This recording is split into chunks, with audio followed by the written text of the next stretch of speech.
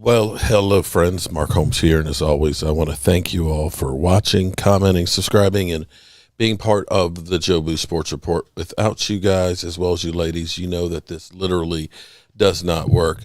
By now, I'm sure you've all heard the tragic news, and more details are coming out as to what happened with Dwayne Haskins, and it is really tragic.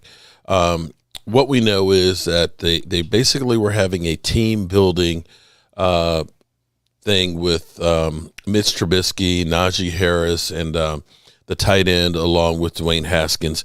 And listening to this ESPN report, I was listening to ESPN radio, coming back to the house and stuff, that Dwayne Haskins, there of course is a lot of bad things that are said about him because, what happened with Washington. There was, a couple incidents where it seemed like he wasn't really, dialed into playing football, cell phone incident on the sidelines and stuff when they needed to play. And, during COVID having, just different instances. And it doesn't really matter. Sometimes, it could be that the situation with Washington just was not it, and it just was not the right place.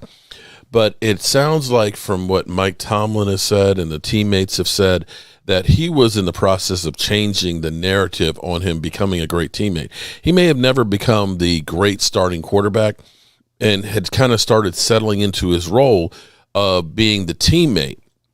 And apparently, as late as yesterday, was posting pictures and things of them working out and doing some things and going out last night and stuff on his Instagram and things. We don't know exactly what happened, but on Interstate 595 in Fort Lauderdale at 4:45 this morning, he was struck by a dump truck. We don't know why he was out on the road, if he was out running on the interstate, because it was a nice flat surface or what have you. And I guess maybe we'll find out more later on. The police, of course, closed down the interstate and did an investigation. There's no word on the driver. But the problem here is, and maybe I should give Gil Brant a pass, but this was shared to me from, of course, this is our da-da-dunt, da-da-dunt. Damn Gina update. Gil Brant is 91 years of age. Okay, so let's preface this conversation with Gil Brant, who is still active, just recently becoming a Hall of Famer and everything else, had been an NFL executive for forever, and isn't kind of an inside old school NFL executive that's retired. But this conversation that he had was way out of bounds. This literally is, the guy just passed away this morning and he literally trashed him. I don't know if this is, senility, where you've gotten old and you just don't have a filter, if you had it against him or something, but I had to hear this and just be like, are you kidding me? Let me play this for you guys.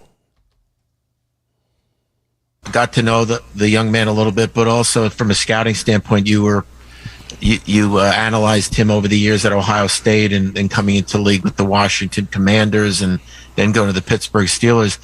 Obviously, it's a terrible tragedy, and what wanted your thoughts on that, and also on the player, because you did chronicle his career very closely.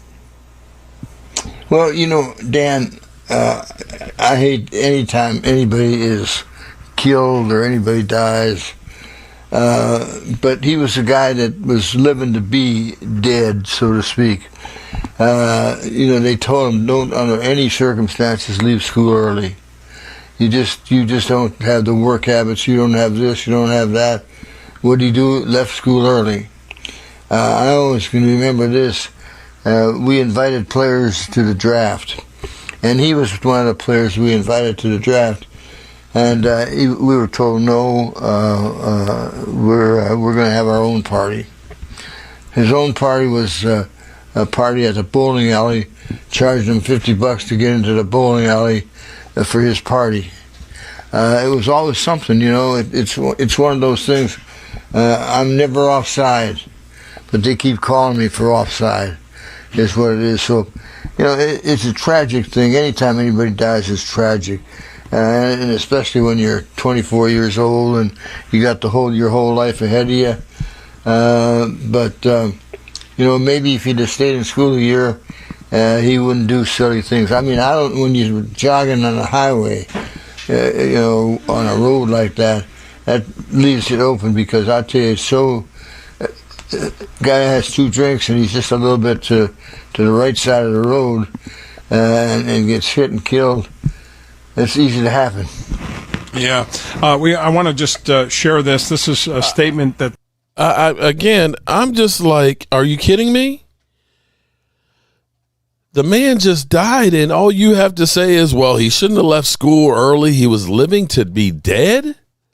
Well, I hate to tell you, technically, from the time we are all born, we are all living not to be dead, or we will be dead regardless, no matter what we do, because we're going to be dead at some point. Nobody lives forever. But what kind of callous crap was this? Did he not realize what he was saying? You literally went on and said, well, he had a party that, he charged $50 at a bowling alley. Okay. Guess what? Michael Irvin's charging $150 for his autograph. Okay. Coming out of school, these guys don't have any money until after they actually get into the NFL. Everything is about money. Hell, Gil Brant, you guys charge for us to go to football games. Everything is a business. But to be so cold and callous to basically say that you almost might as well said he deserved to die. That's how bad and outrageous what you just said is. Now, we don't have the details of what happened or anything like that. You could at least say, it's sad that he ended up dying. He didn't work out in the NFL the way he was, that expectations were there, and, he needed to improve, and could have left it at that. But you literally went on to literally just make a point of basically almost justifying and saying, I'm glad he's gone because he was a waste to society. That's literally the way it came across. He was living to be. I mean, are you serious? This is the craziest thing that I've ever heard. Like I said, maybe Gil Brant is a little bit, a little senile at 90 years old, and maybe we should give him a pass. But if that's how if he is completely cognizant of what he's saying, he don't need to be on the radio at all. This is just the worst thing that I have heard in a long, long time. I feel bad for Dwayne Haskins, his family, the Pittsburgh Steelers, and right now, Gil Brant is getting a whole lot of blowback from a lot of different places, and it's well-deserved in this case. I don't know if he'll issue an apology or whatever, but something should be said on this one. This is just tragic. I still have questions and wonder why he was out on the interstate. That's the thing that just that baffles me. Why at that time in the morning you're out on the interstate?